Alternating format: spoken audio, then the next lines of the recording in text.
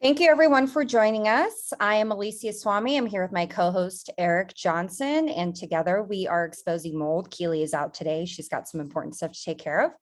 But we're here with Daniel Roytas from Humanley. He is from Australia. He has a podcast, blog, webinars. He does some really great education content on some fabulous health concepts and topics. And today we wanted to invite him on because we have some diverging views on mold illness. And Daniel, you have a cool webinar on your site that talks about molds. And so you don't believe that mold is actually making people ill. You have some other ideas, and we'd love to discuss that if by chance. Yeah, sure. Well, just a matter of years ago, I too believed that mold caused disease. And this is something that I taught at colleges and universities across Australia for over 10 years. And I practiced this way in my own clinic as a naturopath and nutritionist, and treated people supposedly with mold-related illness for a very long time. And some of your listeners may be aware about the floods that we had here in Australia along the East Coast earlier this year. It was quite some devastating floods, and it affected the city that I live in and further north and south along the east coastline. But following those floods, there was a lot of talk in the media about mold-related illness. And it seemed to me like there was some pretty outlandish claims being made by the media. And I thought, if I'm going to keep teaching this stuff to people, I better be damn sure that what I'm teaching is correct. And I looked back through the evidence and I changed my mind. I realized that there was probably something else going on, making people ill. And put it this way, I don't have a dog in the fight. It doesn't matter to me whether or not mold causes disease or it does. I just looked at the evidence and based my opinion on what I found. And I think for a lot of people with mold-related illness, it can be very debilitating and it can be very hard to treat. And is that because we're barking up the wrong tree? Are we looking at the wrong thing? Are we blaming the wrong cause of the problem? And I think for me, it's very important that we look at this seriously, because I'm all about helping people. I'm all about getting people better. And if what I'm saying is correct, then we have to rethink this approach about demonizing mold and going after mold. So what do you think is happening then? If it's not mold causing illness, what is causing illness? Yeah, it's human beings causing it. So we blame Mother Nature on everything. We blame the human body as a cause of disease. We blame Mother Nature, but we never blame humans and the stupid things that we do and the dangerous chemicals that we produce. So when I first started looking at this, I thought, right, how do we know that mold actually causes illness? And what we would need to do is look at any controlled experiments where mold or mold spores or mycotoxins have been exposed to a healthy animal or a healthy human, and to see whether or not they get sick. And I looked for those experiments and I couldn't find them. So I'm not saying that they don't exist. It's just that the papers that I've been looking for to validate the claim that mold causes disease, I wasn't able to find. But what I could find was an association between mold and damp and humid conditions inside buildings or houses or offices. And what I found was that building material, modern day building material, contains 300, 400 plus toxic chemicals. And when the conditions are damp and humid and the building material is compromised, it releases more toxic chemicals into the atmosphere than it otherwise would. And it just so happens that mold and fungi break down those toxic chemicals from really toxic chemicals into less toxic chemicals. So they're actually there doing a cleanup job. And I did find controlled experiments where people had been exposed to these toxic chemicals being leached or aerosolized from building material into the air. And when they inhale those toxic chemicals, well, surprise, surprise, I found that the symptoms that they get are identical to what we say mold-related illnesses. So for example, like one of those toxic chemicals is formaldehyde. And when gyprock or drywall or sheetrock becomes wet and damp, the amount of formaldehyde released from that is increased by over 1,000%. And already in most houses, the levels of formaldehyde in the rooms are almost above the acceptable levels. And if we're talking another 1,000% increase, that's quite a lot. It exceeds the acceptable limits. And when people have been exposed to aerosolized formaldehyde, they get upper respiratory tract symptoms of the central nervous system, chronic fatigue-like symptoms, chronic inflammatory type symptoms. And that's what I now think is probably going on, is that there's this chronic exposure to toxic chemicals, and the mold just so happens to be there cleaning up our mess. Have you been made ill by mold? No, because I don't think mold causes illness. Okay, so you've never had direct experience of being maybe in a moldy building or damp building, as you guys call it, and have been made ill that way or whatever. There was some sort of association, but not. So you're not a mold sick person, basically. No. Okay. Okay. So, what's really interesting is that, I was really passionate because I saw a post with a social media influencer, and, she was basically saying what you were saying, like mold doesn't cause illness.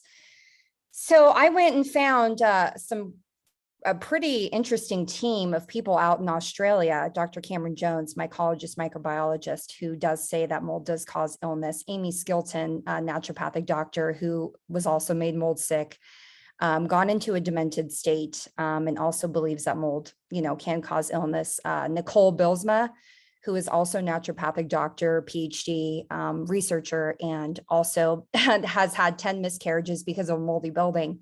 So it's interesting that there's this divergent view. And we do often see this with people who have not been made sick by mold, that they don't believe it's real or there's no association. And so this situation is almost like you have to experience it to believe it, because it's so crazy, right, Eric? I mean, what we go through as mold injured individuals is unlike anything else, I believe.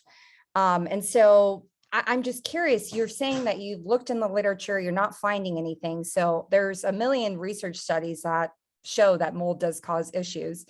And so I'm just curious, like, what databases are you looking into? We literally just had Dr. Cheryl Harding on, who did mouse studies. She received a grant from the NIH, showed that inhalational Stachybotrys toxic black mold actually caused anxiety, depression, brain issues, even the non-toxic spores.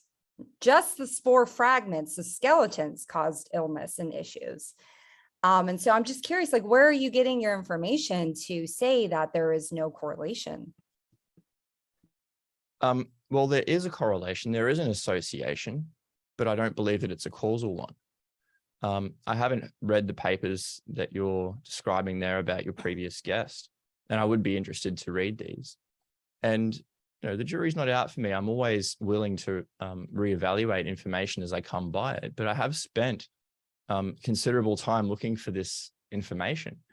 And there are experiments where mice have been exposed to so-called mold spores or mycotoxins that have been aerosolized. But there's some significant issues with these experiments, in my perspective, that I've found. I don't know, do you want me to talk about those issues that I see? Yeah, we'd love to hear your perspective. I mean, we're just really open to hear what people think and believe, because it's really interesting to learn more about different perspectives. Yeah, and look, I'm not trying to detract or belittle people's suffering here or trivialize it. I understand that people are ill from being exposed to like in moldy and damp buildings, but is it really the mold? And as I said, there's many reasons why I don't think that's the case. But yeah, I did have a look at many of these experiments. And so I'm not the only one that's saying this. Like, there's a considerable amount of literature out there where people far smarter than me are looking at this and going, well, there is no evidence to show that mold causes disease. But I did find these animal studies, and essentially they're not exposing them in a natural way. They're not growing the mold in a natural setting. They're actually creating an environment and growing mold in a way that purposefully allows or promotes the production of high levels of mycotoxins by those fungal species. So the matter, sorry, I'm trying to get my thoughts together here. It's still 5 a.m. So really what that means is it's what the mold is eating that determines how toxic those mycotoxins are.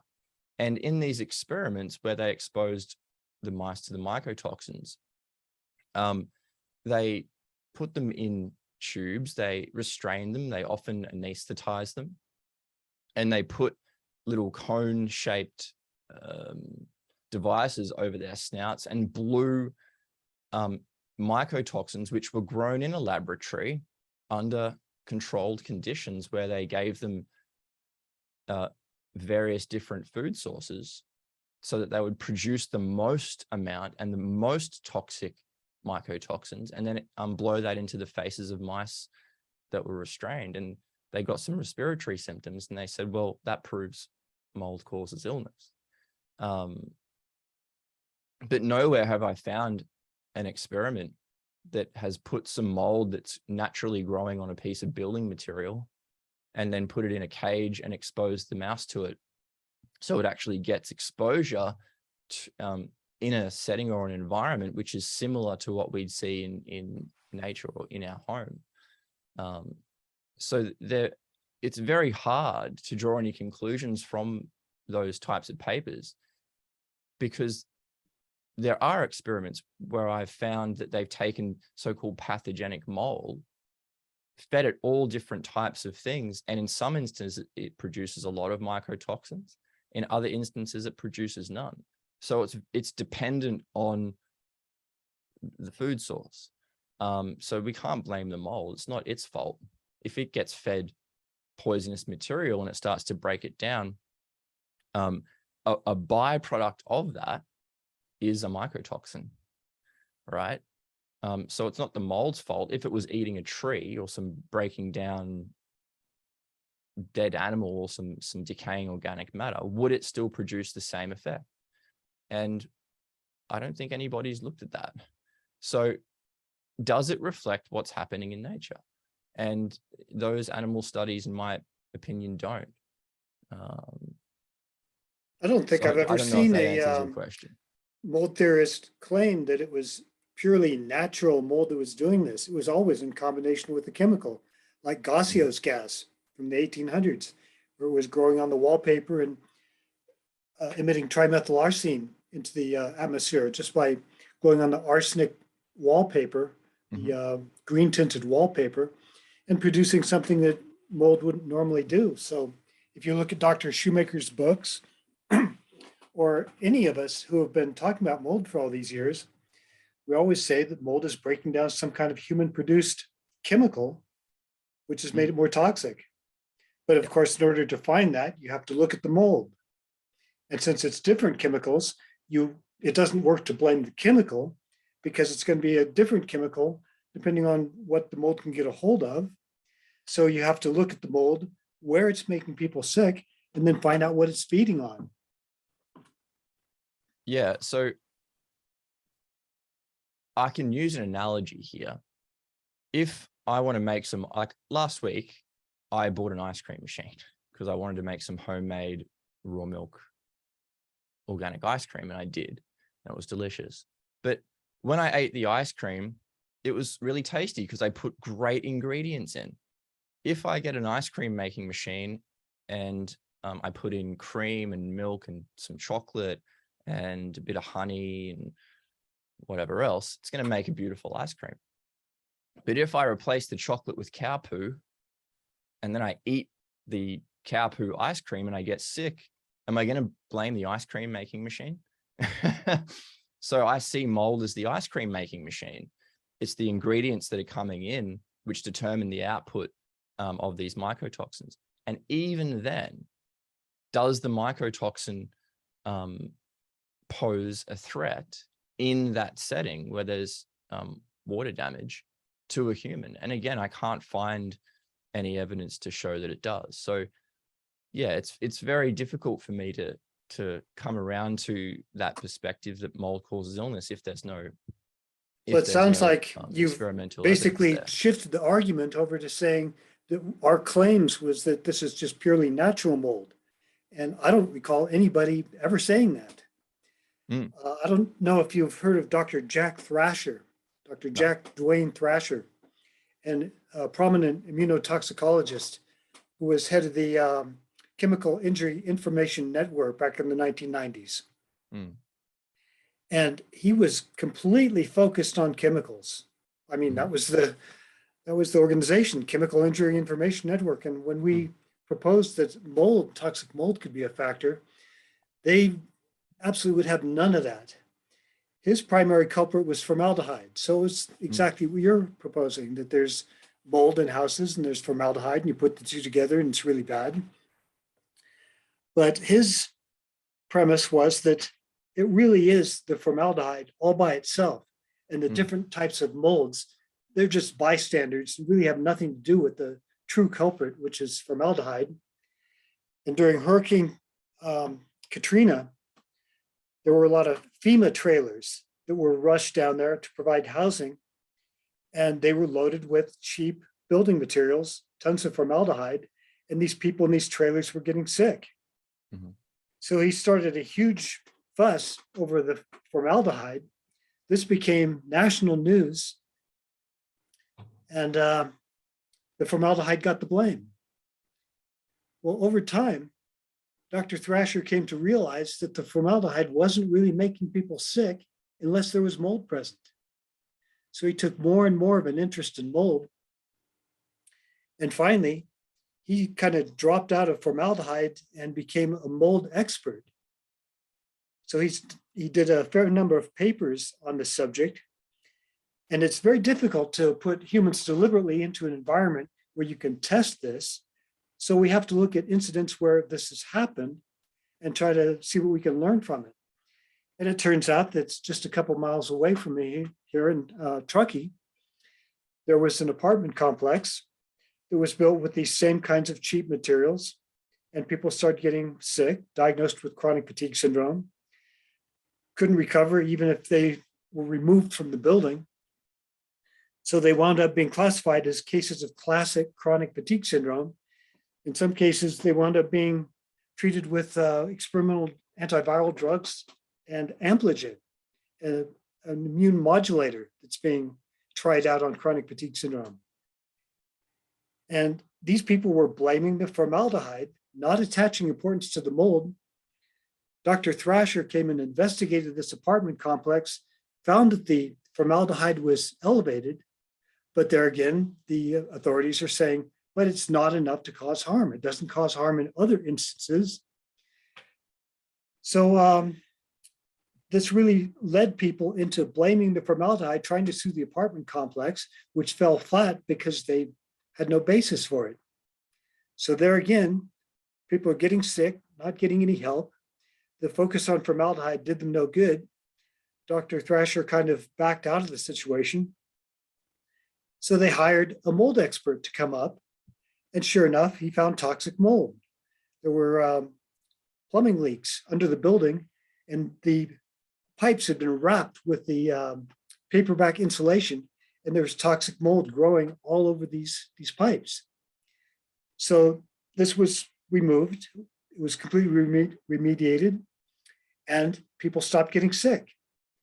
So even though this was an official controlled study, we have a specific incident where formaldehyde got the blame. The top experts tested it, were convinced that this was the fact, and yet removal of the mold is what corrected the situation. And Dr. Thrasher became an extremely ardent mold believer after that, and put out all kinds of papers on the subject, and he passed away, but his papers are still online, and you can see how much importance he attached to toxic mold from then on. Yeah, I'd be interested to have a look at his papers. Formaldehyde, and it's interesting that he changed his view on that.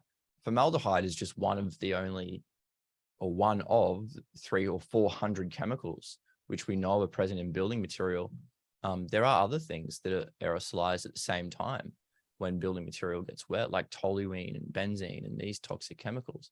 So there's a combination of exposure here. It's not just one chemical. We can't just test one chemical and go, oh, it wasn't enough, because there's so many of these other chemicals. And we know that when people are exposed to them in isolation or combination, that they cause illness. We have documented evidence from controlled trials there. Oh, absolutely. But we don't Like have that the flame mold, retardants though. in carpets, polybrominated diphenyl ethers. Yep. I mean, these are really toxic, bad things. But strangely enough, I was involved in a sick building incident where people were getting sick in a very specific part of the building, but it was all carpeted, and the carpet got the blame. But it didn't really make sense because people all through the rest of the building weren't getting sick. So come to find out, there was toxic mold growing in the carpet in the specific area where people were getting sick. So yeah, I'm sure the flame retardant was a contributor, but without the mold, people simply weren't getting sick. Yeah, and it's interesting because there's conflicting reports in the literature. There are instances where people, like observational studies, where people get sick when there's mold present and they remediate it and the problem doesn't go away. There's also instances in the literature where people are getting sick living in damp or water affected buildings or even working in them, and there's no mold and people still get mold related illness. I've found papers where it was like a school in Sweden, I think it was, and students were getting sick with so-called mold-related illness. They tested the air and the surfaces in the school, and they found that there was mold. And they said, well, this must be the problem. So the students left the school and went somewhere else, and they were continuing to remain ill. But when they went to their houses and tested their houses, they had mold present in their homes. But it turns out that the amount of mold in the students' homes was less than what was in the school. So there's all of these conflicting sort of reports. There's also instances where people were getting sick with mold, so-called mold-related illness. The scientists went there and investigated. They didn't find any mold. They found water-damaged building material. And when they remediated it, the problems went away. So yeah, it can be very confusing, I think, for a lot of people. But the common factor, the common denominator there, out of all of these conflicting reports, is that there's humidity and there's dampness. So we, first and foremost, even dampness, damp air has been associated with illness. And there's some like chemicals that can occur in the air, like, is it nitrous dioxide, nitric dioxide, I think it is now. Sorry, my brain's still half asleep. And sulfur dioxide. And when those chemicals come in contact with moisture, say our respiratory tract, we breathe them in, they get converted to nitric acid and sulfuric acid, and potentially has the capacity to cause respiratory issues. So there's all these confounding factors. Oh yeah. But how do we bacteria know? can put out hydrogen sulfide, which can drop people instantly. yeah, it can produce a toxic waste product. But why is the bacteria producing that? You got to look at the environment. And that's what I'm saying. We have to look at the environment.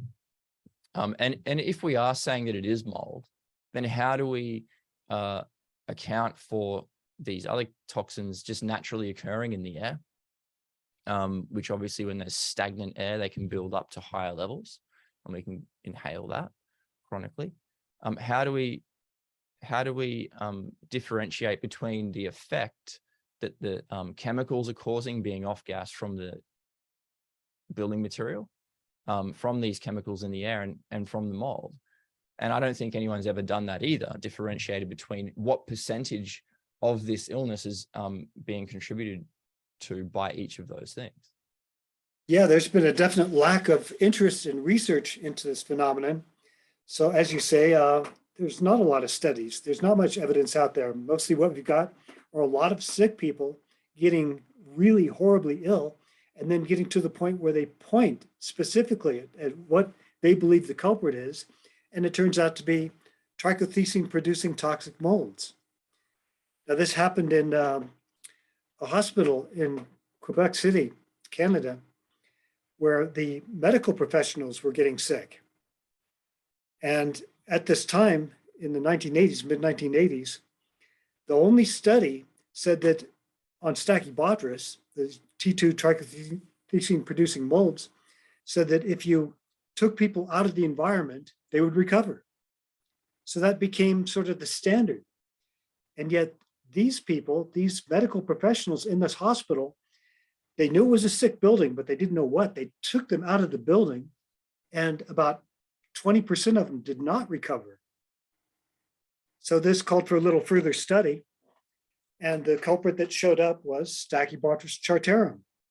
Actually, it was called Stachybotrys atra at the time. They changed the name just to keep things confusing. But that really brought attention to maybe there's something special about this toxic black mold that's worth looking into.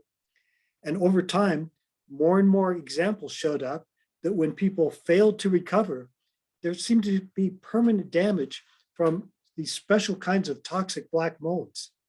So there you have a confounder, because there's a lot of black molds out there, aspergillus, and people remove themselves from aspergillus and they typically recover. And even when it's Stachybotrys, as you say, it doesn't always make them sick. So there seems to be a combination of the Stachybotrys plus some environmental chemical, and the synergistic effect is what's doing the permanent damage. Like in the hospitals, they use all kinds of solvents and cleaning fluids that are, these betadine soaps that are very, very powerful. And a lot of people get sick just from that. Yes. So you combine that with a toxic mold and who knows what's happening. But our premise here is that because people are pointing at the toxic mold, we're not scientists. We're just people who got sick and we're going, that's the stuff, it's making us ill. And when it gets removed, we do better. And it turns out over and over again to be these toxic black molds that we'd like to get more research into it, because we believe that they are somehow causing chronic illness. Yeah, and maybe one day there will be a controlled trial that shows this and we can say for certain that it does. But what if it doesn't? What if it actually doesn't and we're blaming the wrong thing? We're blaming, it's like walking into a supermarket and we see in aisle 3, there's some spilled milk on the ground, and we see the checkout person there with a mop and bucket cleaning it up, and we say, oh, look how much mess this person made. But she didn't make the mess. She's just cleaning it up. So that's what I think the mold is doing, is there to clean up the problem. And when you remove yourself from that situation, yes, you're removing yourself from the mold, but you're also removing yourself from the toxic environment. When I've had a look at this, I found a paper.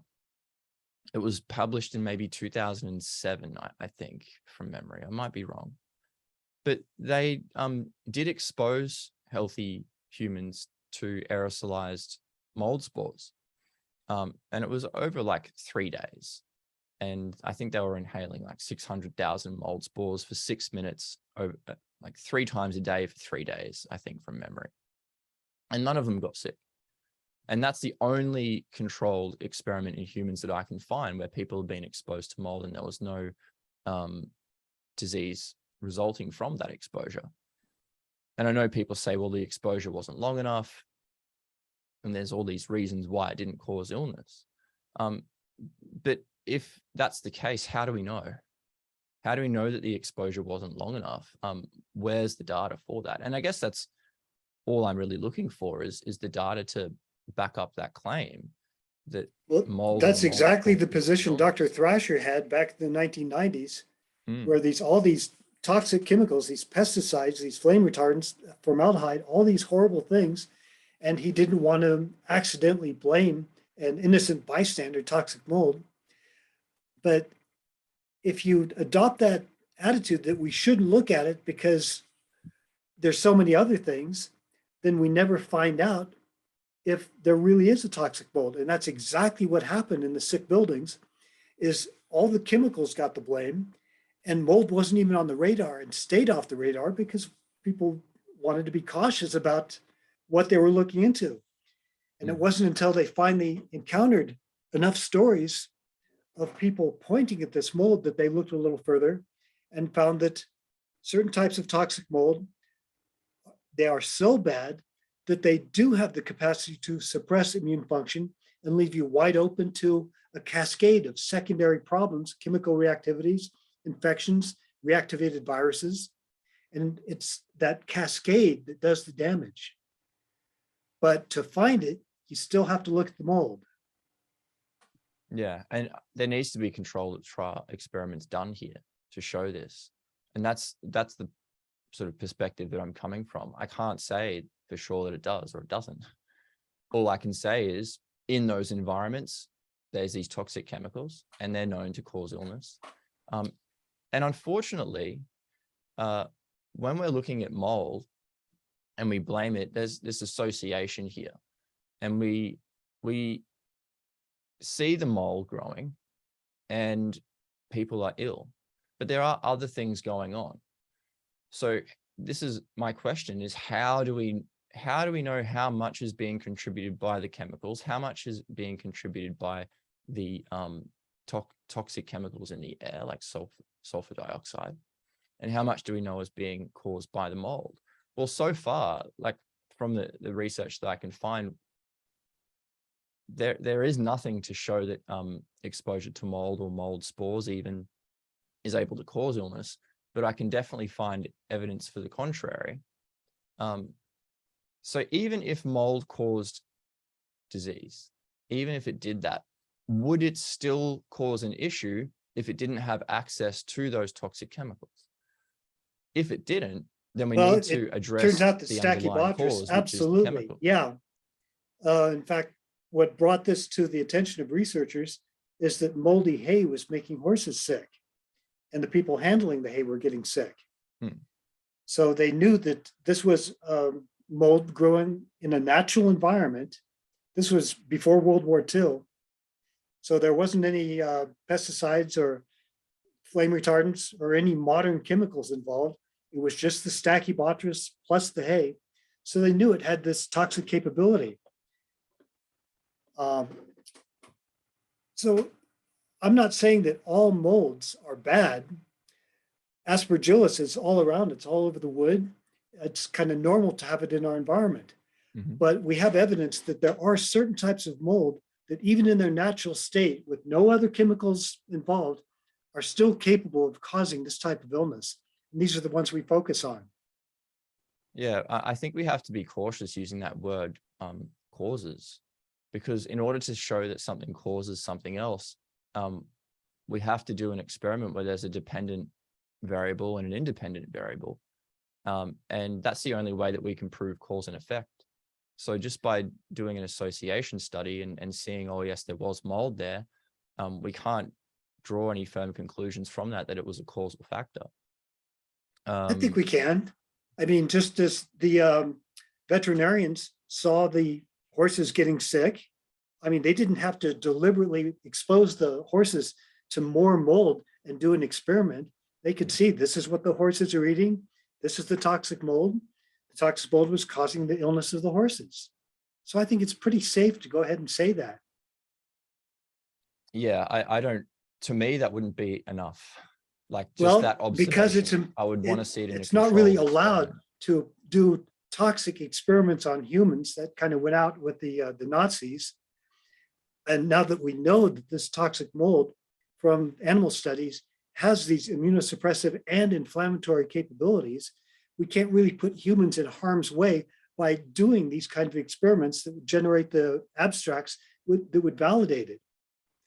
So at this point, we still have to look at animal studies, and we have to look at all the times when people did this experiment accidentally by being in a moldy place, in a sick building, and then analyze what it was in that building that made people sick and get our information that way. Yeah, I hear what you're saying, Eric. They did an experiment in humans not so long ago. I just mentioned that they did it in 2007. Yeah, I'd So, like to see that, because that was many years after it would have been unethical to perform that kind of experiment. That's right. So there is that data, and that's what makes me question what's actually going on here. Because this is what I'm saying, there's so many confounding factors. There's like this big melting pot of stuff in and we're mixing it around, and there's all these potential possibilities. So in order to tell which one is actually the problem, we have to take out each of those individual components and assess it in a controlled environment to in the study, do you remember which type of mold they were using? Yeah, it was I can probably pull it up. There was a couple of different molds that they were exposing people to, and it was the so-called a couple of pathogenic molds. Let me see here. I was also going to say there's instances of people being exposed to these damp and humid conditions in rooms, and not everybody gets sick. So only some people become ill and others don't. And there's various sort of hypotheses as to why that's the problem, or why people do and don't get sick in those instances. But this may be a case of toxic load. So people who have a very high toxic load or toxic burden, if they've been nutritionally deficient for a while, or they've been exposed to very high levels of chemicals throughout their life in other situations, we know that those chemicals can build up in the body. And if you've already got a very high threshold or level in your system, and then you get exposed to more in a damp, humid environment, it's like the cup that overflows the 44-gallon drum. Yeah, the 44-gallon drum is already full just below the brim, and we come along and tip a cup of water on, and now it overflows, and we go, oh, that was the thing that was the problem. And those people get sick. But people who haven't been exposed to these toxins to the same extent have a lower total toxic burden or accumulation of toxins in their system. They get exposed to these things and they don't become ill. So that would explain why we see people in some areas in these damp, humid environments becoming ill and others not, rather than someone having a strong immune system or like having a genetic susceptibility or something to mold. Again, those things, I haven't seen any sort of evidence or proof for that. Any studies, any peer-reviewed abstracts? Yeah, that's right. All we've got are anecdotal stories. We've got our experience. We've got examples where people have gotten sick in proximity to mold colonies, and people at a distance did not. But according to our institutes and the academic mind, that wasn't a controlled study, so it doesn't mean anything. But the one particular high school that I can recall, the flat top roof was generating huge ice dams and leaking. They got a loader to knock off the ice dams and damage the outer wall of the school. So they didn't know it at the time, but they created a leak. So water was pouring down the outer wall of this school. And the teachers in this school, whose desks were directly next to this wall, became chronically ill. They never did recover. And teachers at a distance, the same room, did not. So of course, the teachers who didn't get sick, they thought they were milking the system, faking it, that they weren't really ill. When they tore open that wall, they found a colony of Stachybotrys directly adjacent to these teachers' desks. So we have a model, if you believe in toxic mold, for how proximity plays such a large factor that they could have got a dose that put them over the edge, and the people across the room did not. But this definitely didn't fit the rain barrel theory of the time. The toxic mold disperses evenly throughout a room, so everybody had the same dose.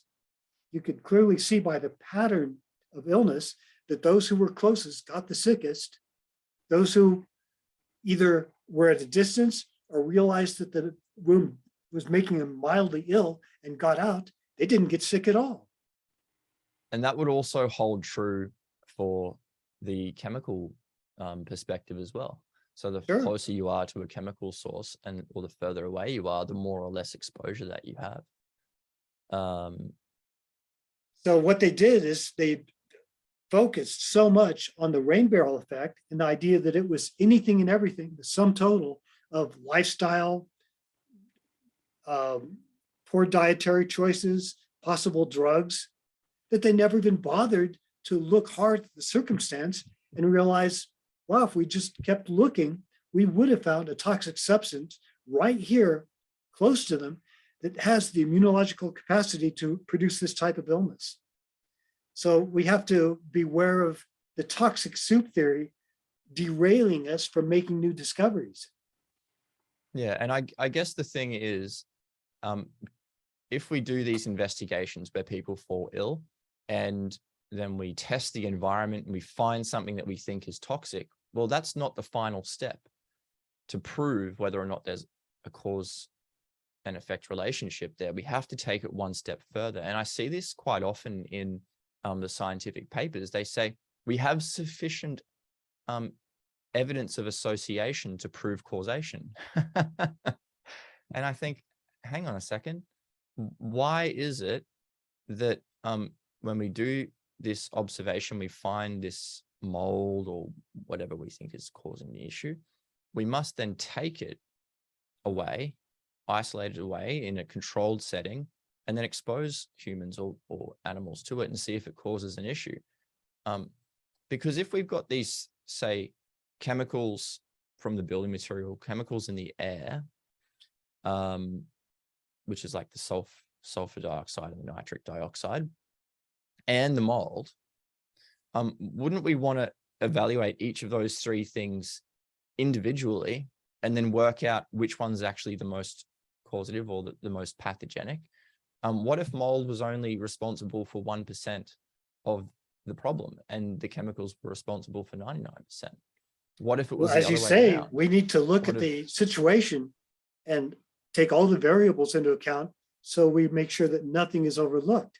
I mean, if chemicals are a strong component of this, of course, we need to know. But you talk about isolating the agent for possible study. Well, it turns out that Stachybotrys and toxic molds, it's metabolically expensive to produce these secondary metabolites, these toxins, and they don't always do it. And they require very specific conditions and substrate in order to even produce a toxin.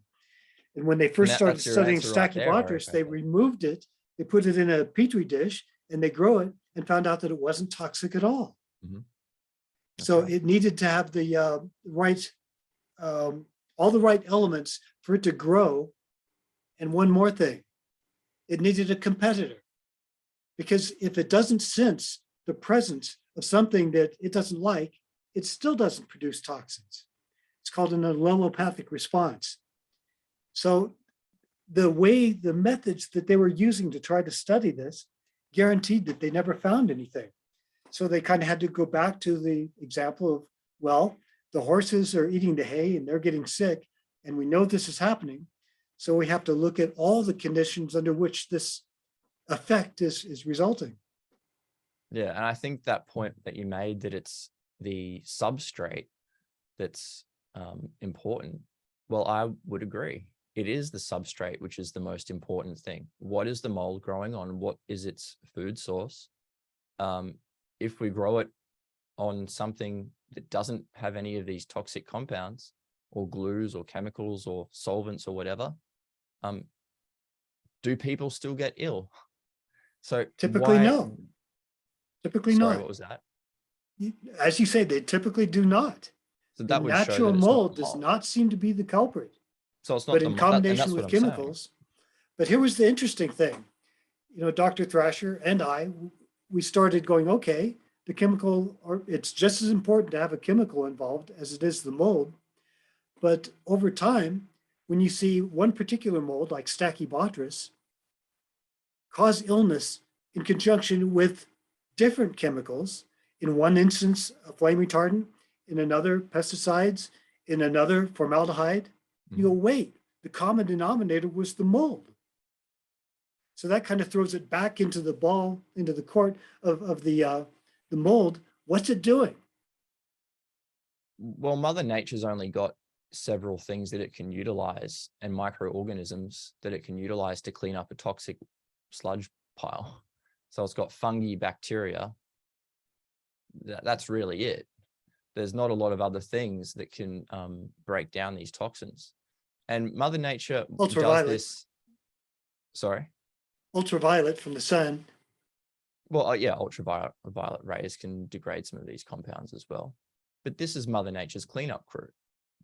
So just because there's all these toxins there, and we see the mold there, again, it doesn't mean that the mold's causing the issue. The mold, in my perspective, is bioremediating the toxins. And we have also proof of this, that in controlled experiments, mold is grown on building material with varying different degrees of toxins in it. And the mold growth and mold toxin production or mycotoxin production is dependent on the chemicals in that substrate. So if we took those chemicals away and the mold's not toxic, so the mold just being there in and of itself, and it doesn't cause an issue, that shows that it's not the mold and it's got everything to do with the environment and what it's eating. And if that's the case, if we continue to say, point the finger at the wrong thing and we say it's the mold, and we never address the real elephant in the room, which I think is the exposure to these harmful chemicals, the problem is just going to remain there for people. So we're never going to address that true underlying factor. Well, if you blame all the chemicals, then you never discover the mold. Now, this debate went on decades ago, and the academic mind seems to always want to shift it over into the toxic soup theory, or that it's the chemical rather than the mold. But there was a pretty easy way for a hypersensitive person to determine this, and that was simply take a sample of the mold out to a pristine location and see if they could reproduce the effects.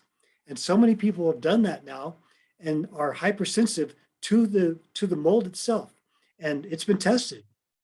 And they know what mold it is. You can put it under the microscope, you can speciate it, you can find out what toxins it's producing. And it is indeed the trichoglycine producing molds. So we know that we can reproduce our illness without these chemicals involved just by this simple experiment of taking a sample. But of course, doctors don't recognize that because they didn't do the study. Yeah, have those papers been published anywhere? Because I'd be interested to have a look. It's been, published in blogs and books, and people have done this experiment thousands of times. So we publish in the forms of writing about it, but to a doctor, that's not peer reviewed, and it wasn't a controlled study, so it's meaningless. Yeah, Well, I think I hear what you, sorry, Alicia. Well, I'm just curious because people can get well in a remediated home. They'll find mold in their home, they'll remediate it, take the mold out, and some people will get well, right? But the toxins are all still there in the home. There's still the toxic materials in the building and everything. So that's like the toxic thing, the chemicals like just don't hold up for me. And for people who don't get well in that building or whatever after the remediation, there is evidence, there is scientific research showing that mold is causing an immune system reprogramming effect. that now you're primed to this stuff that even minute exposure can put you over the edge into an inflammatory state. And that's why I feel like it's so important for professionals who teach others about molds. Like if you didn't go through this and you're not a person that is hypersensitive, like it's hard for me to follow them because they don't really understand what's going on, because there's so much minutia in this illness that it's insane. Like it's hard to study because, as we know, and as other researchers have told us, number one, there's no grant funding for it. Government doesn't want to put any money into it. Number two, you need to have a biological warfare type of setting, laboratory, in order to conduct these type of studies, because T2 trichothecene mycotoxins are extremely toxic and they have been used in biological warfare. So it's really kind of a sticky situation that we're in, that patients are falling ill day after day. And if we continue working with physicians or people that are telling us that, oh, because it's not in peer-reviewed literature, your illness does not exist and it's because of toxins. Well, if people are remediating their homes of the mold and they're getting better, there's still toxins around. So was it really the toxins or was it really the mold? So it's these type of situations that we think about. And again, Ryan, we really do appreciate your perspective, and we appreciate you and your bravery for coming on today to provide your information, because we, at some level, we do have an agreement here. We do understand that, you know, we always talk about an effect. There's things going on in the environment. Mold is processing our pollution basically and making harmful toxins that are toxic to us, but it's their form of detox, right? They're the microbes form of detox. So we need to figure out what's going on here. But what we do see, patient report after patient report, is people pointing at the mold. There's people like me, like Eric, there's a ton of people out there who can point and go into a room and say, mold is right there. You can go and speciate it and see that it's a T2 trichothecene producing mold. We had Amy Skilton on, who is a naturopath from Australia, and she is one of those hypersensitive people. So if you want to go ahead and experiment with her, I would love for you guys to team up together and kind of figure out what's going on here, because patient reporting versus what we see in the literature, it's not there yet. And so if we wait for science to catch up to our realities, we're all going to be dropping dead here. So it's like we're trying to be proactive and be progressive here. And we do encourage, I mean, exposing mold is contacting the NIH, the CDC, the EPA, anyone who has any sort of clout, Stanford, OMF Foundation. We're telling everyone about this. Like, look, this is what patients are reporting, and we would love for you to look into this. But for some reason, we're getting hit with an obstacle where I don't know if it's too expensive or this is too much of a weird situation to look into. But, you know, I think the progression here, I think, really is going to be coming from the patient advocates. So groups like us who are investing into research, into looking into these phenomenons, I think are going to be the next step. I think people like you, Daniel, who are posing these questions, I hope that this is another measure of your institution where you're looking into this stuff. You're maybe doing your own research. I feel like we're so spearheaded and so just stuck by what governments can give for grants, but I feel like we really need to start doing these kind of grassroots type of research and studies to see what's going on, because there's so much weird stuff happening in the world today, and we're still focused on viruses, right? It's like, why are we still focused on viruses? There's so much other crap going on that we really need to look into. Yeah, I hear what you're saying. So my question to that would be, when they remediate the house or the mold, are they also removing the source of the damp? And are they also removing the compromised building material? And if so, then we have confounding variables there. And we need to be able to show which one of those variables was the actual underlying cause. So again, what covers that one is that people realize that they're still sick in their house, and they take contaminated possessions out with them to a new location and get sick.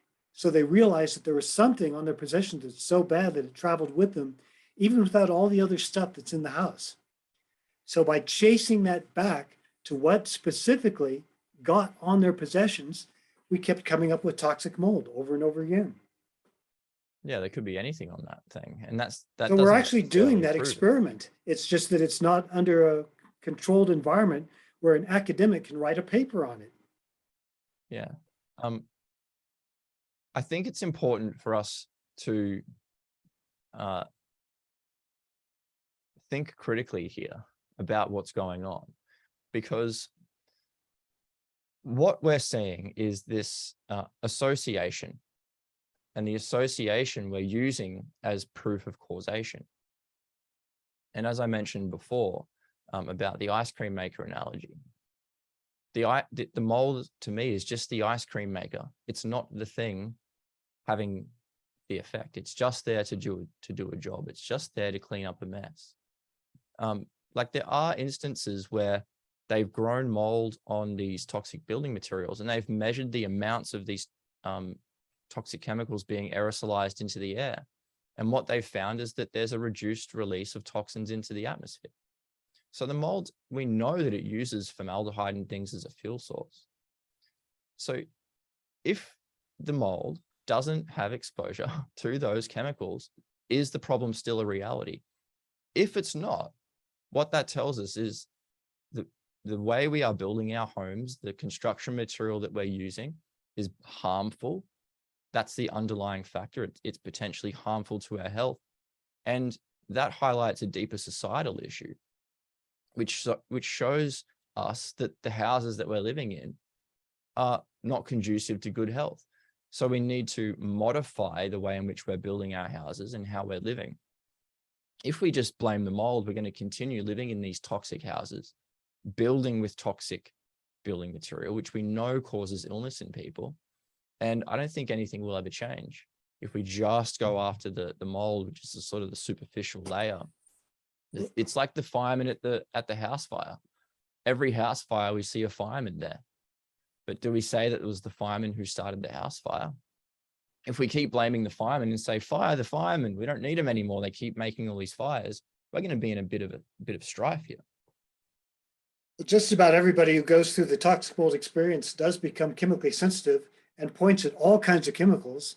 And it tries from then on to reduce all chemical exposure, the air fresheners, hairspray, gasoline.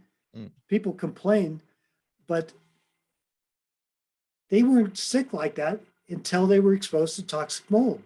Same as their house. It was exactly the same house. There was nothing weird about it. It didn't make anybody sick until the mold grew. And that was the catalyst that made the difference. So what do you focus on? The chemicals that didn't change or the mold that did? Yeah, and there are experiments. I don't know if they're scientific. I think it's also important to make it known that just because something's published in a scientific journal doesn't mean that it's science. It needs to be an experiment, and there's a specific procedure that must be followed to show that there's a cause and effect. So this is a scientific method. So if we just see something, we just observe something, and then we write about that and put it in a paper, it doesn't mean that it's scientific evidence. It's just epidemiological data. And from that, we would need to take that epidemiological data and then do the other proper investigations to establish a cause and effect. But there are instances where people have fallen ill with so-called mold-related illness, and the building biologists or the scientists or whoever have gone out to the home or the building, and they found water damage but no mold. And the people were falling sick with these sort of mold-related illnesses. So in the absence of mold, people are still falling sick with the same symptoms. But Dr. Shoemaker has shifted his focus over to filamentous bacteria, actinomycetes, and he says that these produce toxins as well, and this may be more of a problem than the mold. But still, in order to find that, you need a starting point, and that typically goes with people saying, "Wow, I got some water damage. This mold grew. Will you look into it, please?" And this is what our academics, our institutes are refusing to do, saying, well, you have no evidence. It's not in the literature, and there's no studies showing that what you say is proven fact. Yeah. So how many more people do we need to get sick and point at the mold before they keep looking at whatever it is the person is pointing at and figure out what it is, instead of saying that, well, it's not in our literature, so therefore there's nothing to look into. Yeah, and I certainly think that there needs to be more investigation done. And if there was some evidence to show that this was the fact, then I just go where the evidence leads me. As I said, I don't have a dog in this fight, and I just want the best for my patients, and I want the best for people's health, and I want the truth. That's really what I'm after. And the literature that I've looked at as it stands, it doesn't show that effect. So I think for us to move forward, you're right, we do need to have these additional experiments done. But until such time, I wouldn't feel comfortable saying the mold is, excuse me, the cause of illness. We have this, and I think we've already agreed on this point, we have this common denominating factor, which is the dampness and the toxins. And we know that both of these things cause illness. So again, for us to then say it's definitely the mold, I wouldn't feel comfortable saying that, because if someone said to me, "Can you substantiate Here's a way to your get claim?" comfortable about it, and it's very simple.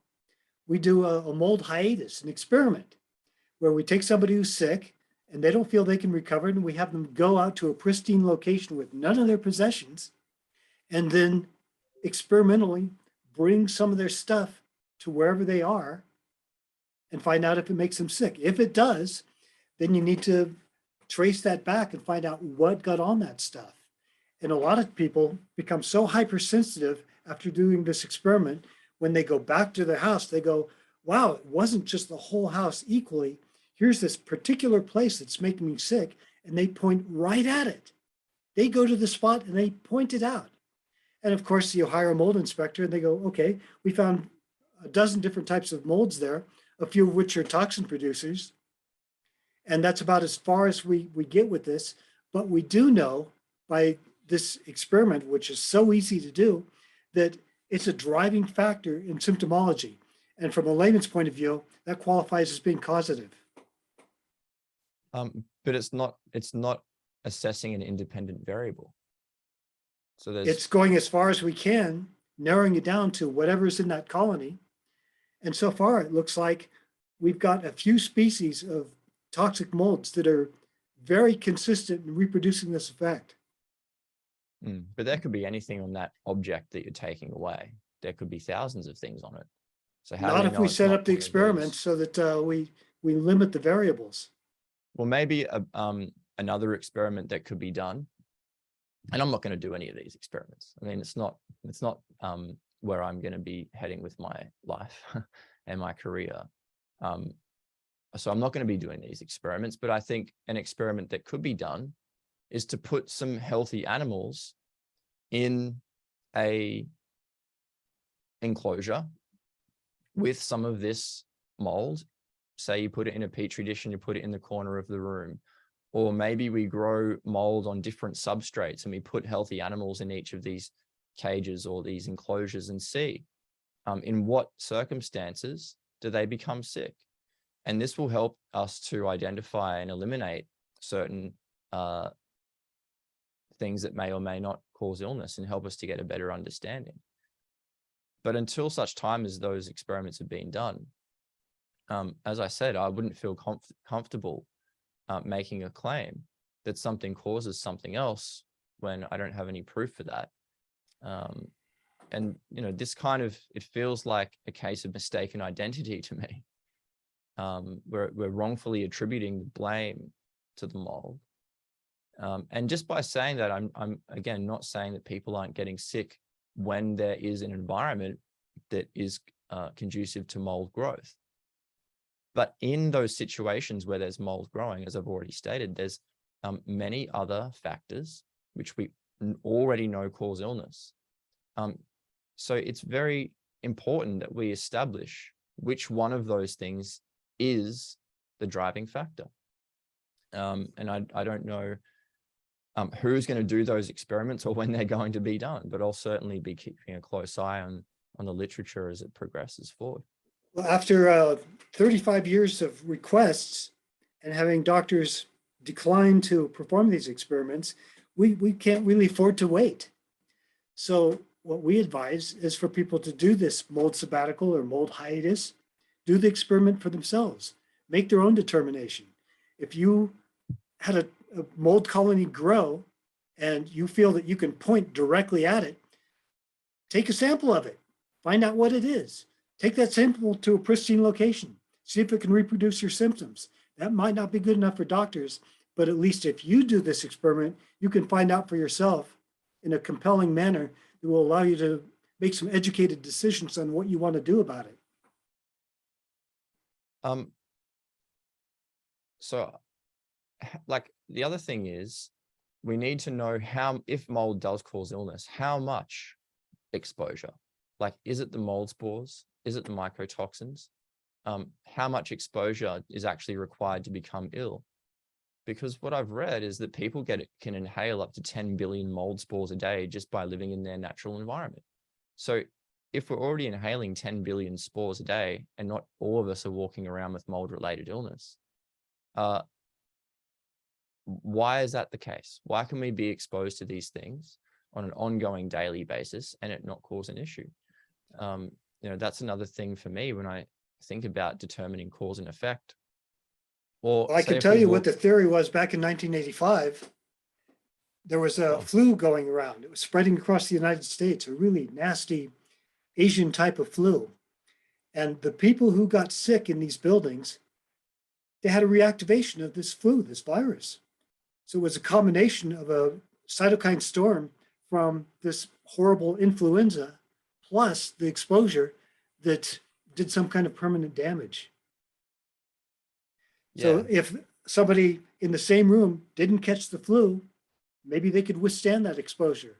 But if you put the flu together with the toxic mold exposure, even in a very short period of time, because we know people who actually went into a building and were sick within hours or days, that it didn't take much. But, as you say, this is what needs study. Yeah, it does. And, just an example of why establishing cause and effect is so important before we blame something as the cause without the evidence. Once upon a time, we thought that scurvy was a contagious illness. So sailors would be on ships and they would be falling sick one after another with the exact same symptoms. And in the literature, it was said that this is a contagious virus or illness that spreads throughout the ship. So without the relevant controlled experiments where we could evaluate certain individual things and assess them on their individual merits, we would never have discovered that the underlying cause of scurvy was vitamin C deficiency. And this holds true for anything where we say there's cause and effect. We have to be able to show and prove that. So maybe I'll ask you, Eric, like how can we know that one thing causes another thing? How do we ever come to that conclusion? What's the process and the method to be able to say that and draw those conclusions? Well, if you analyze the circumstances under which people got sick, it's kind of self-evident. But once you've been hypersensitized, is this particular mold a driving force in your illness? There again, take a sample of it to a pristine location and find out. Yeah. So now, as far as the scurvy goes, yeah, in fact, they even thought that it might have something to do with being on dry land, being on dirt. And so sailors would actually jump off the ship and eat a mouthful of dirt. So they tried out all kinds of things. They did their own experiments and not all of them worked. That's so right. If we hadn't done these experiments, if we hadn't had a lot of people very interested in solving this problem, it wouldn't have gotten solved. So what do you look at when you're trying to solve scurvy? Go, yeah, we think it's a contagious illness. So let's look really hard at the circumstances under which people get this disease. And that's what we're doing in sick buildings. It's like not all the ships, it's not all the houses, it's some of them. What's different? What are people eating? What are people not eating? What chemicals are present? What grew that wasn't there before? Yeah. Yeah, I think for me personally, all I can see in the literature is that there's associations, and I have looked at many papers, and the only papers where they say we know that mold is the cause is just based on observation. And like, that's anti-scientific. Like, if we're really honest with ourselves, that's, if Well, we all want to be, science begins with observation. That's your starting point. That's not anti-science.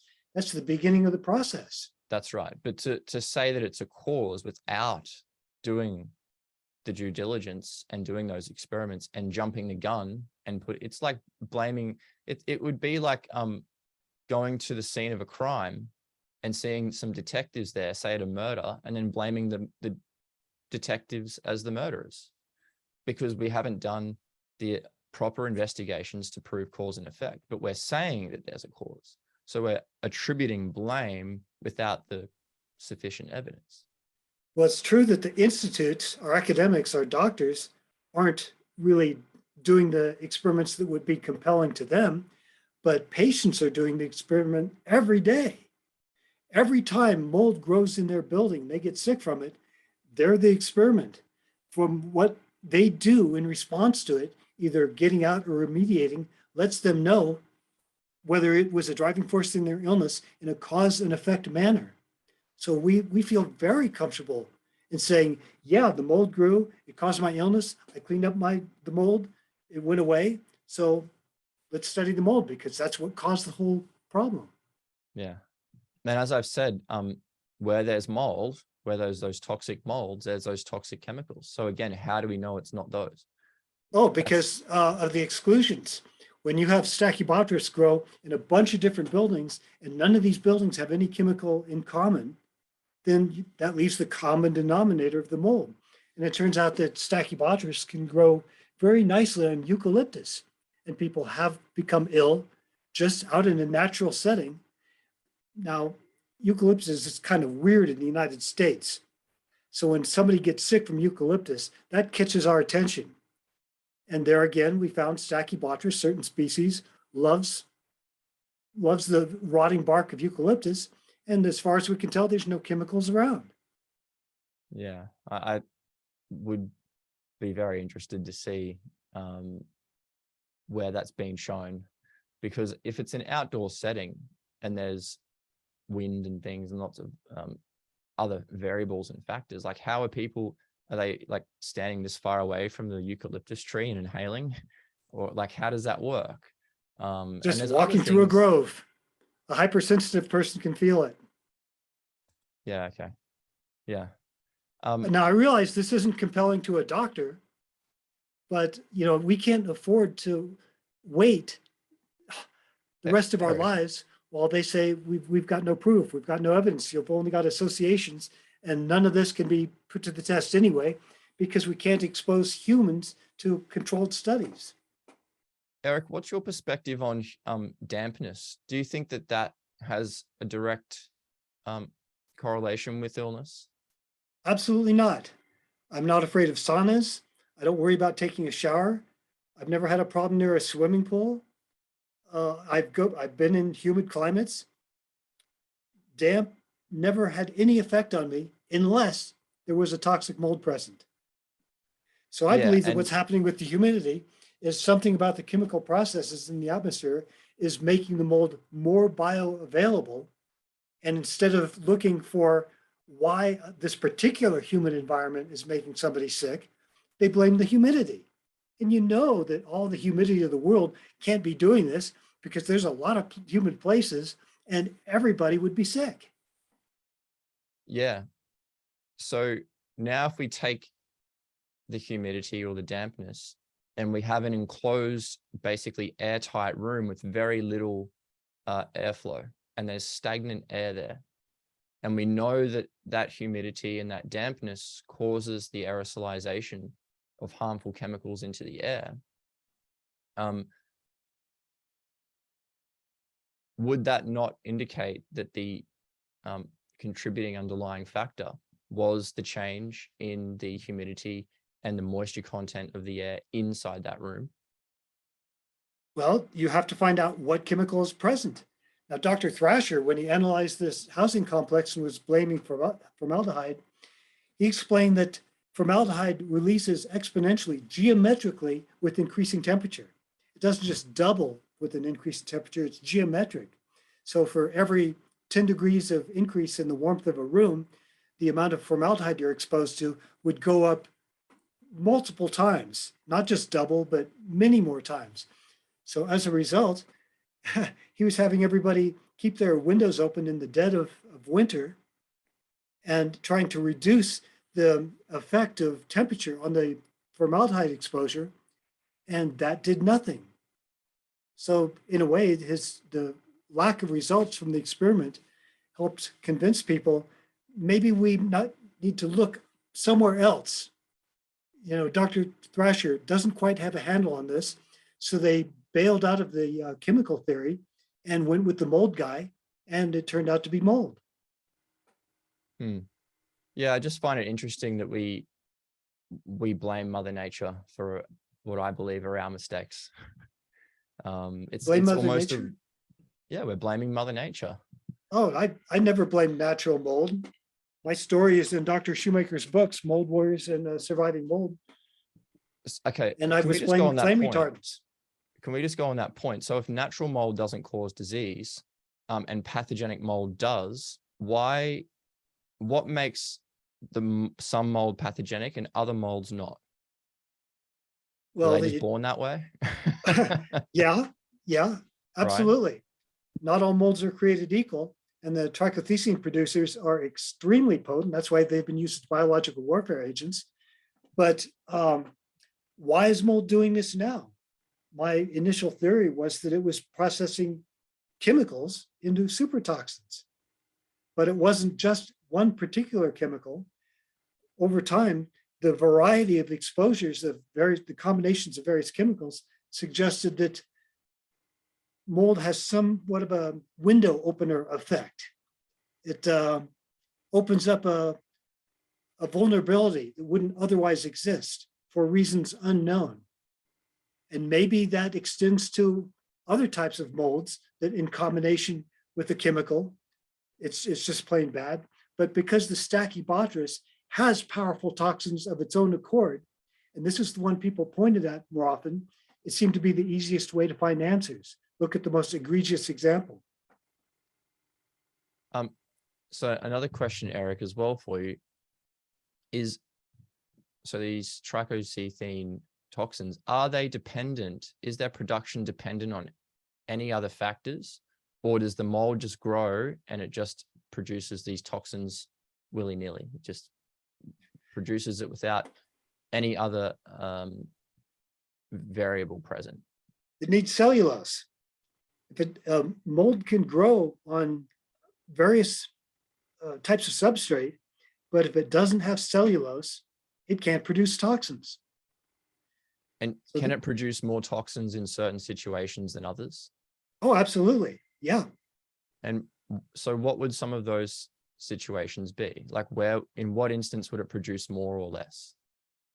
Well, the more water, the more toxins. They found that if they grow it in marginal conditions where it just barely gets enough water, it may look like it's growing a healthy mold colony, but that wasn't quite enough to produce the most powerful toxins. Yeah, so the reasons why I'm asking this question is because I have found a paper where they exposed animals to mycotoxins. But the way that they exposed it was that they grew so-called pathogenic mold in a petri dish and they grew it on different culture mediums. And depending on the culture medium that they grew it on would depend or determine the amount of mycotoxins being produced. Like in some instances, like one pathogenic mold, depending on what it was fed, would produce, say, upwards of 300 milligrams per liter of these mycotoxins. And if you slightly change the growth medium, it would produce basically none. Yeah, that's right. People are selling these petri dishes to test your house for mold. And it turns out Stachybotrys doesn't like normal agar growth media. It grows on cornmeal. So in order to stimulate maximum toxin production and really find out what this particular Stachybotrys could do, they couldn't use a normal Petri dish. Yeah. So what they've done in these experiments is that they've found out which growth medium, which ingredients or food the mold produces the most mycotoxins in.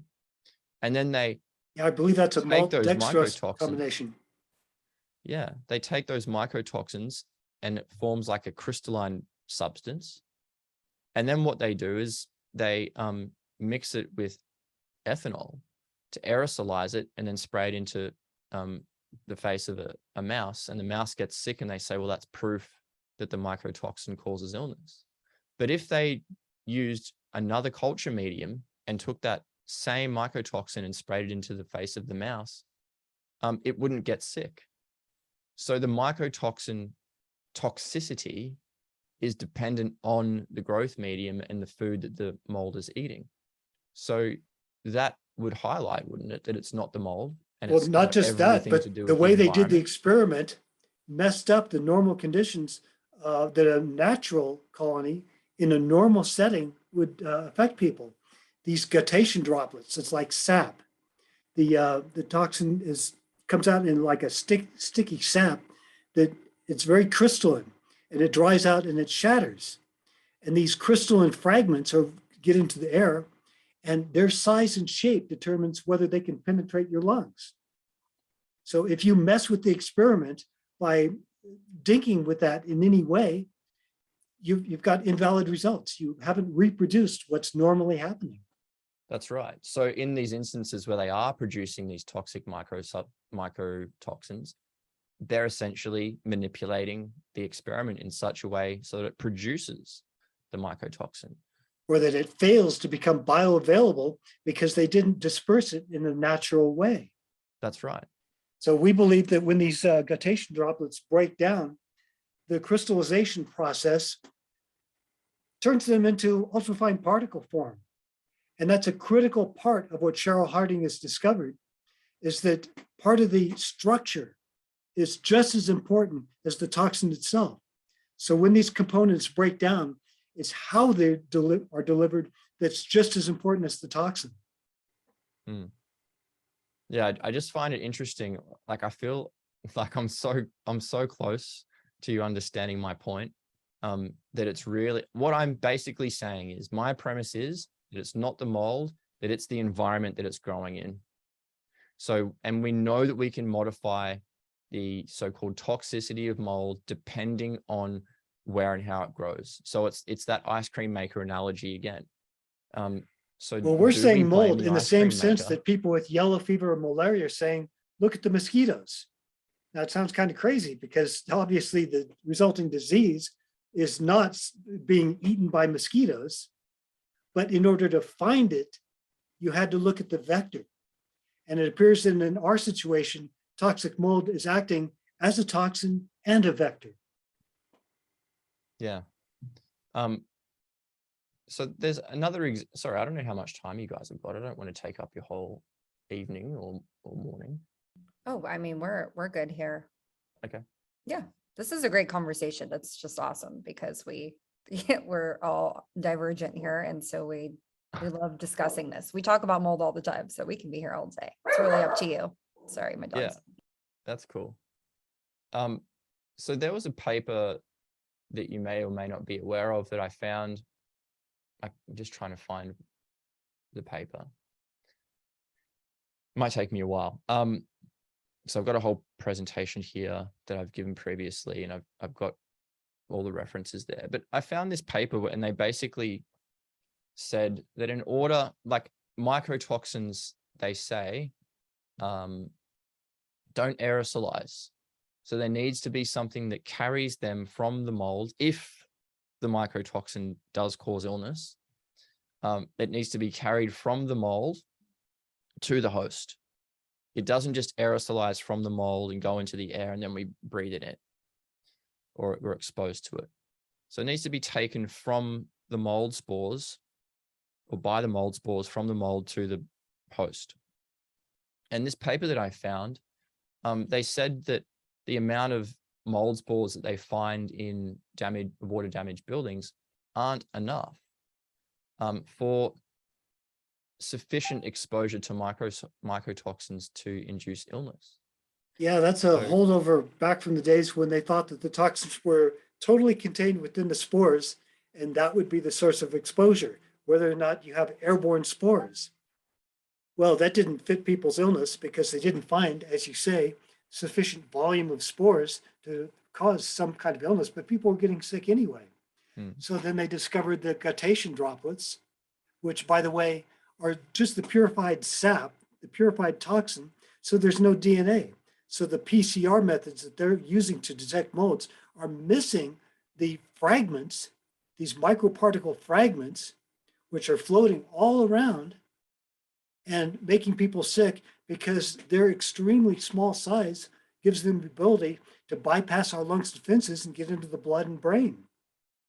So Dr. David Strauss found that when he concentrated toxins, and by ignoring spore measurements or even fragments measurements, but what he could measure by concentrating all the air within a volume, say a room, concentrating it to the point where they could measure it, he found that indeed these toxins were present in the air. So part of what's going on is they're missing the way these toxins are in the environment, but they don't have the methods that will enable them to detect them. And the fact that in their microparticle size, they're not obeying like a piece of dust that's going to be trapped in your lungs and stopped. Your protection has been defeated by its ultra small size. So it's getting directly into the blood, stimulating the microglia in the brain. And once you've got your T cells and your B cells and your immune system primed for an over-response to this toxin, it's no longer a matter of dosage. From that point on, it's like a peanut reactivity. Microscopic amounts, a few molecules will set this cascade in motion. And like, where is that being shown? It's being shown by the anecdotal evidence of massive brain inflammation in people in moldy buildings.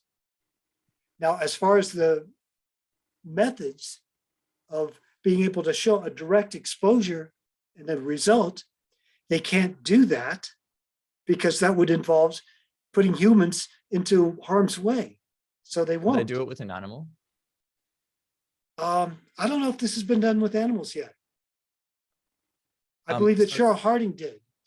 I think that's kind of what she was getting at when she was talking about her animal model shows that it is resulting in this kind of illness. And I'd have to look at that experiment that she's done to see how was the mold grown. Because, so, you know, you're talking about these droplets. Is their toxicity dependent on the growth medium of the mold? Yes. Eric, didn't Cheryl Harding derive her examples from, or her samples from Dearborn, from the homes in Cleveland? She said that's where she got her. She said she got samples, but I don't know if she actually used those in her testing.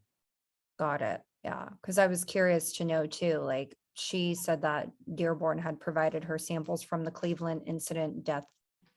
Yeah, I know that she exposures. got materials from it, but Yeah. I don't know if that actually went into any particular experiment. Mm. Now, our point of view is that people are getting sick at such an incredible rate from this exposure that while we understand that the necessity of science to be cautious, at the same time, this is a little too cautious when so many people are reproducing this experiment over and over again. And there's something about the methods of science that haven't caught up to our experience in being able to detect it and convey this to the academic mind. So Eric, so we're sort of on the same page there. That the toxicity of that toxin being produced is dependent on the growth medium. Yeah, are we in agreement with that? Mm-hmm. So if I had a house that grew mold, but the growth medium, say the walls were made of something else, right? And there wasn't a toxin being produced, but the mold was still there, and I'm not sick, that shows that the mold didn't cause the illness, right? Just the mere presence of the mold wasn't the causative factor. Absolutely. Right.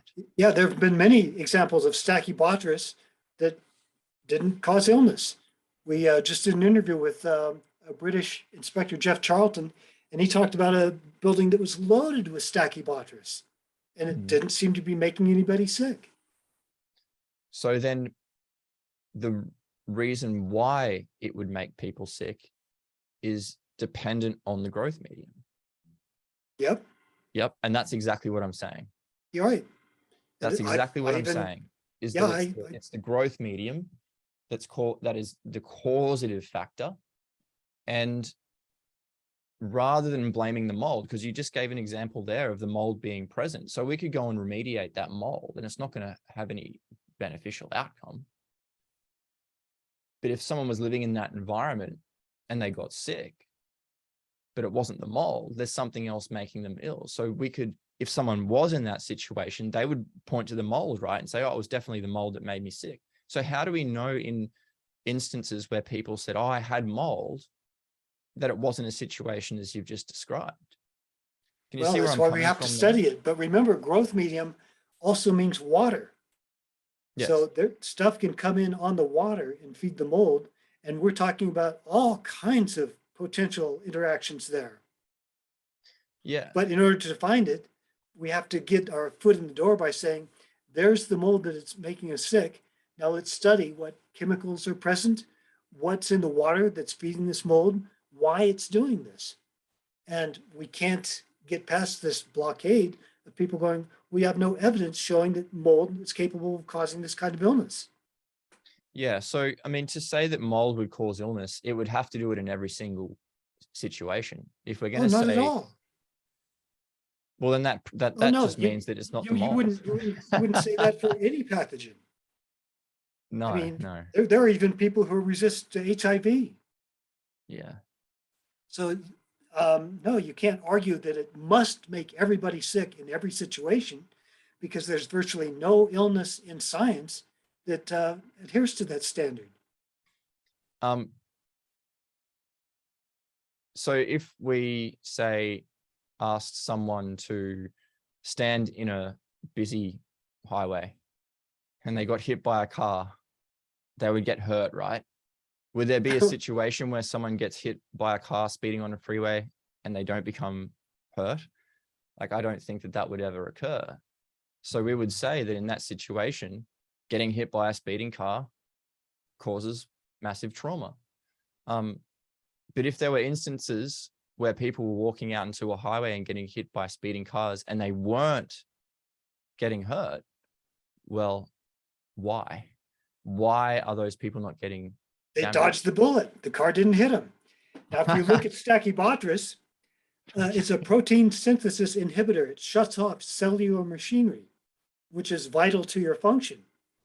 So, I mean, it's very important that your cells need to go through mitosis, divide, reproduce, make more new healthy cells.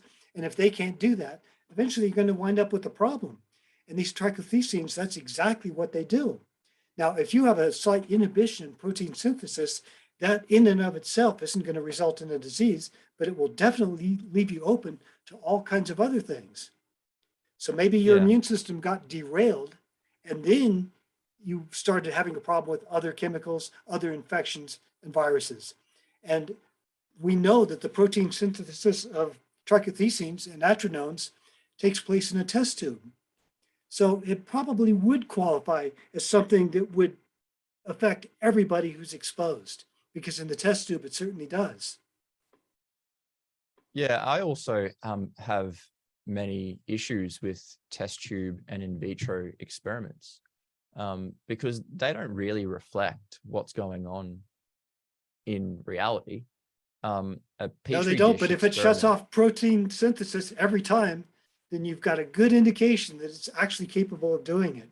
But have they shown this in a living animal where they've exposed it to mold in a natural setting that is the same as what you would find in nature somewhere in someone's house in reality? Well, it's obviously not the same experiment as doing it in a test tube, but when we find the same immunological shutdown, the same low natural killer cell function, and the same protein synthesis inhibition in people who are in moldy buildings, we can kind of guess that, well, it's the same mechanism in the body that's happening in the test tube, and it's in response to this particular agent. We can connect the dots here. Yeah, I hear what you're saying. But yeah, when I hear words like guessing and association, like for me, it's not enough. I need to see evidence of causation. And that's how we prove things in the world. Like it would be saying, we see rain and we know that people get wet when it rains. And I don't claim that people don't get wet when it rains. But someone might say, well, the rain is caused by, I don't know, unicorns in the sky urinating everywhere. And I'll say, well, I don't believe that because I've never seen a unicorn and I've never seen rain being formed that way. But they keep telling me that it is without any proof. That's why it's very difficult for me to believe something if I can't see a cause and effect being shown somewhere. I think it's really important for people to be able to understand that association or seeing an effect, the rain, doesn't prove the cause. Well, that's where the academic mind has held the line for the last 35 years.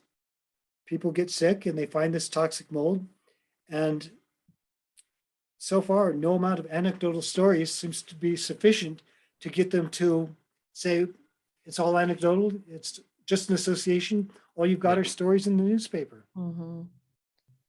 So what would you say to that one controlled trial that I did find where they were unable to make people ill? Like they're the types of trials and experiments that we do need. So what if more of those were done and they found the same results? Well, I'd have to analyze their methods. I think that the way they did the experiment altered the result. It wasn't a natural, normal experiment the way that Dr. Strauss did it, by just taking a room full of Stachybotrys and concentrating the toxins. I mean, that's what you need to do to find out that, yes, the substance is there. This is the stuff that's consistent with the illness. And we find that these guttation droplets, these microfragments, they are present. They are at least theoretically capable of penetrating through the lungs because of their very small size. Which are dependent on the substrate and what it's eating. It's dependent on its food source. And that too, yeah. And as far as the associated chemicals, yeah, you have to take that into account too, because I have no doubt that the formaldehyde was playing a role in the sickness of the people in this housing complex. But it's really curious that the newspaper reporter who came to do the story, she just walked up to the location and became ill. She didn't even go in. She just went to the manager's office where she was doing an interview with some of the people who were made sick by this place. And just as she approached this location, she reported symptoms. Well, this wasn't consistent with the formaldehyde, not by her standards, not by anybody else, but it's very consistent with mold because it gets out into the air. And something about the combination of the wafting fumes, these VOCs from chemicals, in combination with the mold, causes hypersensitive people to complain like this all the time. Even if we can show that those chemicals by themselves have the exact same effect? Dr. Thrasher was unable to do so. That's why he abandoned formaldehyde and moved into mold. Yeah, but I have actual experiments where they've exposed people to these things in controlled settings and they fall ill with these so-called mold-related illness symptoms. That's why he was so convinced of his chemical hypothesis, because under those conditions of high exposure, it does cause illness. So as far as he was concerned, cause effect, problem solved, that was his thesis. It wasn't until he saw the exclusion of people who didn't fit his model that he realized he needed to open his mind and keep looking for something else. And there's, as you mentioned before, there's times where mold is present and people don't get sick. So that puts a hole in the theory. And to show that something like saying there's times when Stachybotrys can be producing every toxin that it's capable of producing, and it doesn't make people sick. And apparently we have very good defenses against spores. It's a macromolecule, it's large. Our lungs are designed to catch and trap and remove macromolecules. That wasn't the problem. It has to be in the microfragment form or it doesn't get into the blood. So there again, to the mind of a scientist, as far as they were concerned, case closed, our complaints were disproven. But if you look a little bit deeper and look for another mechanism, then it shows up that yes, it's very possible. Yeah, look, I'd have to look at these things that you're talking about. So if you could send them to me, I'd be happy to read them. But I would be very surprised if it shows cause and effect, because if it did, I probably wouldn't be having this conversation with you guys. Well, how many people need to complain of an association before you go, maybe we need to take a deeper look at this? That's right. And we definitely need to. We need to take a deeper look. And until such time as we've taken that deeper look, as I've already mentioned, I wouldn't be confident or comfortable saying that the mold is the cause, because I'd be jumping the gun. And I would hate to be pointing my finger at something that I have no proof of being the cause for. And then in a year's time, a paper comes out and proves me wrong. And then I have to recant everything I've said. So I'm watching and waiting until I make my mind up about that. I don't want to wrongly accuse mold, as I wouldn't want to wrongly accuse someone in real life of committing a crime that they may not have committed without the right evidence. I don't want to jump the gun. Well, there's times when you kind of have to take that step and jump the gun, or you don't make new discoveries. You just stay trapped defending the old literature. But you maintain that you have that theory, you have that perspective, and then the next step in that process is to do the experiment to prove the hypothesis. And to my understanding, those experiments haven't been done yet. We're still in that sort of observation phase, that epidemiological phase, where we're witnessing or observing certain phenomena. Yeah, well, let me tell you about another little trick about Stachybotrys. Is that they assumed that you could expect a chemical inflammatory response, neuroinflammatory response. That's the type of chemicals that these trichothecenes are. They expected an overt neurological effect. So they fixated on that, and they completely overlooked the immune suppressing factors, the protein synthesis.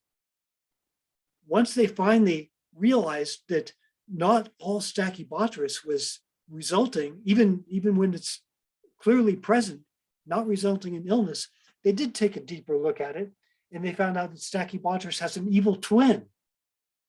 It's completely identical to Stachybotrys. Morphologically, you cannot tell the difference. Under a microscope, there's no way to identify this thing. It's only by genetics. But what this evil twin does, it's called Stachybotrys chlorohalonata. It produces purely immunosuppressive compounds with none of the neuroinflammatory ones. So there wasn't the warning. There wasn't the effect that they were looking for. Instead, all you get is pure immune suppression. So that would result in cancers, in reactivated viruses, but no neurological illness. So this was completely overlooked for many years because of the way they approached Stachybotrys. They anticipated they were looking for a specific neurological, neuroinflammatory effect.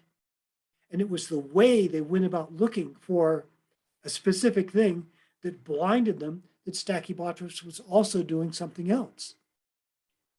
So there's times when you have to back up, go to the drawing board and go, if people are getting sick in an unusual way, and we can't find any other common denominator but this is what we really need to focus on. Yeah, but there are other common denominators there.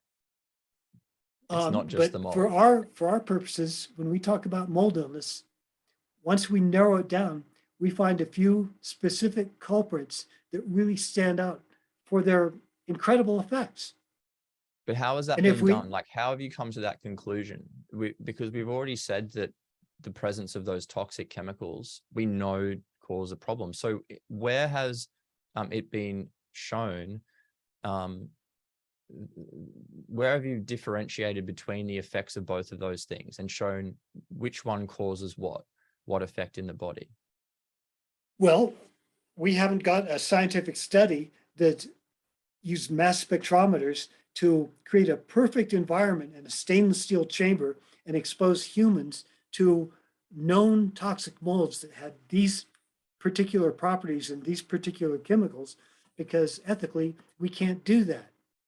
But what we can do as lay people, we can do this.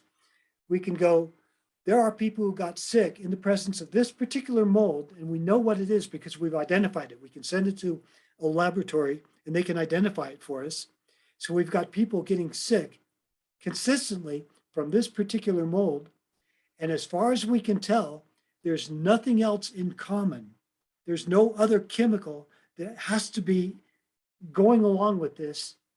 It seems to work in conjunction with different chemicals. And it doesn't matter whether it's pesticide or flame retardant or, anything.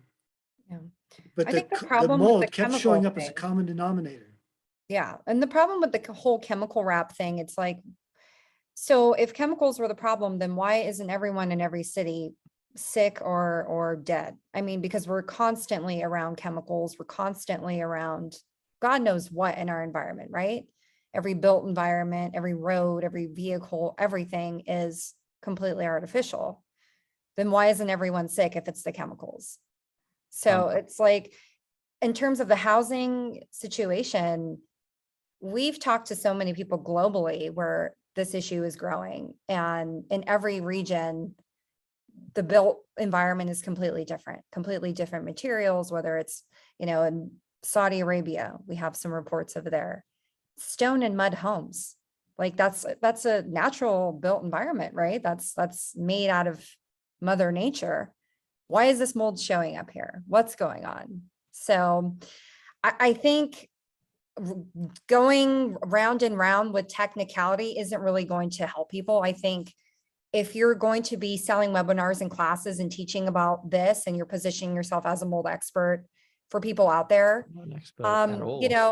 if you don't believe this is a real phenomenon, you can easily go buy sheetrock at your local Home Depot or whatever store that you have in your region, put some water in there and grow Stachybotrys and expose yourself and see what happens to your own self. I mean, if this is what it takes in order for people to be believed, because so many people are falling ill, and the more that we go round and round with this technicality, like, oh, it's not the mold, but well, if the mold is interacting with our chemical environment and there's some synergism going on here and it's creating some sort of toxicity, then yeah, mold is playing a part in the issue and in people's illnesses. So for me, it's just, I don't have the luxury with my own health to sit and wait for scientists to tell me and validate what's going on with me. Like I have to take extreme measures, and that's what I had to do. And that's what Eric had to do. And that's what so many people have to do, because we have this issue with researchers and scientists and doctors going round and round and saying, well, this is not plausible. Well, this is not in the literature, so it's not real. We don't have that luxury in our health. If we want to live, like, we have to go to these extreme measures and figure out what's going on. And when something affects your life so much to the core that it completely changes your life, you become an expert in that subject. You start figuring out common denominators. You start seeing what's going on. So again, if someone is going to position themselves in teaching classes and webinars and all this stuff, and you haven't experienced this, it's hard for me to get on board with them or believe them, because there is a whole other phenomenon happening that can actually easily be reproduced by your own self. Like if you don't think Stachybotrys is a thing, well, go get some sheetrock, wet it and sniff it, or bring it around your family, and we can see what happens. I mean, we don't need to sit here and wait for studies because that are never going to show up, because obviously there's no grant money in this for whatever reason. I don't know if it's going to expose some sort of industry, some sort of chemical, it's like there's so much political crap in all of this mess that I think is really hindering a lot of progress and a lot of proof in this. So it's like, if you don't believe it, then do your own experiments, figure it out on your own. I would highly suggest against it. But if you really want to become a believer, then put yourself in a position where someone who's been made injured by mold has been in. So, Yeah, I I hear what you're mean, saying. you know, again, the whole chemical thing, we live in a completely artificial world and not everyone is Right. dropping dead. So it's kind of hard for me to attribute that. But what I want to get to here is, so how are you helping your patient base? What are you telling your clients? What are you advising them when they point to mold in their home? Are you telling them it's not mold? Yeah, it's not mold. It's chronic ongoing chemical exposure. This is toxicity. This is accumulation of toxins. And I also just wanted to say, in regards to your point there, Alicia, is the research that, say, a cancer scientist or researcher does any less valid because they've never experienced cancer? Absolutely not. But we're in a whole realm and a whole new ball game here where we're getting patient report after patient report of people falling ill, and they're pointing to a specific type of mold. To sit here and say that we don't have the research backing it up, we're leading people to their deaths, and that it's actually pretty negligent. You know, for some reason, people like to look to their superiors for answers, but at this point, it's very clear that there's a lot of people that do not believe what's going on. And if someone can sit here and walk into a room and point and say, this is bothering me, I'm going to believe myself and my intuition than someone telling me, trying to give me a technical jargon runaround that technically that's not the problem. It's the chemicals, but chemicals are everywhere. So then what do I do? Right. Again, at the end of the day, people's lives are at stake, and we're in the running and we're in the game of helping people and saving their lives. And if Eric has been in this for 35 years and has done every experiment, has worked with every expert in the business of this, you know, and what we're seeing with our patient base is saying, hey, go and leave your home and then see what's going on. And we see time and time again that, oh yeah, you know, there's something going on in my home and it's this particular species of mold that is making me ill. And now I'm hypersensitive. I think we need to give some validity to that and not just, oh, because it's not in the literature, it's not real, right? And so I think that's really just the point here. I do agree with you that, you know, there is something going on in the environment. We've done so much stuff to our environment. We've completely polluted our environments, right? I mean, it's like everything is toxic these days. So we just need to see what's going on. What are these microbes doing? Maybe what the microbes are doing is their own form of self-protection, and that self-protection is just harming us. Right. And so we're not trying to sit here and demonize every microbe, but we're just sitting here and saying, okay, if this is causing problems and all you have to do is just stay away from it.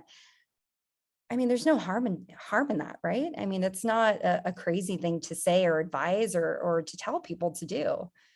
And once people get to that point of immune system reprogramming, it's like you're forever in this situation where you have to avoid certain environments so that way you can stay healthy. So again, Daniel, we do appreciate you. It's been 2 hours. It was such a great conversation. We loved having you on, and we'd love to have you on again in the future if you're up for it. But if anyone wanted to work with you or buy your webinars, classes, listen to your podcast, where can they find you? Yeah, you can go to humanley.com, humanley.com. I appreciate you letting me come on and share my perspective here. And I hope that when people hear this, they don't take my word for it.